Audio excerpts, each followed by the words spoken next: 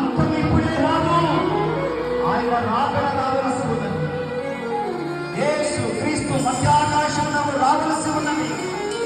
కడబూర శబ్దము మనకు వినబడవలసి ఉన్నది.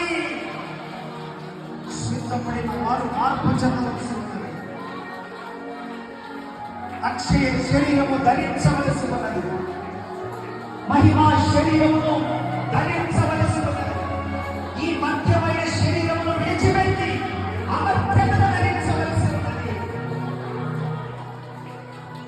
ఇదిగో యేసు రాకడకు సూచనలు స్పష్టంగా కనబడతా ఉన్నాయి.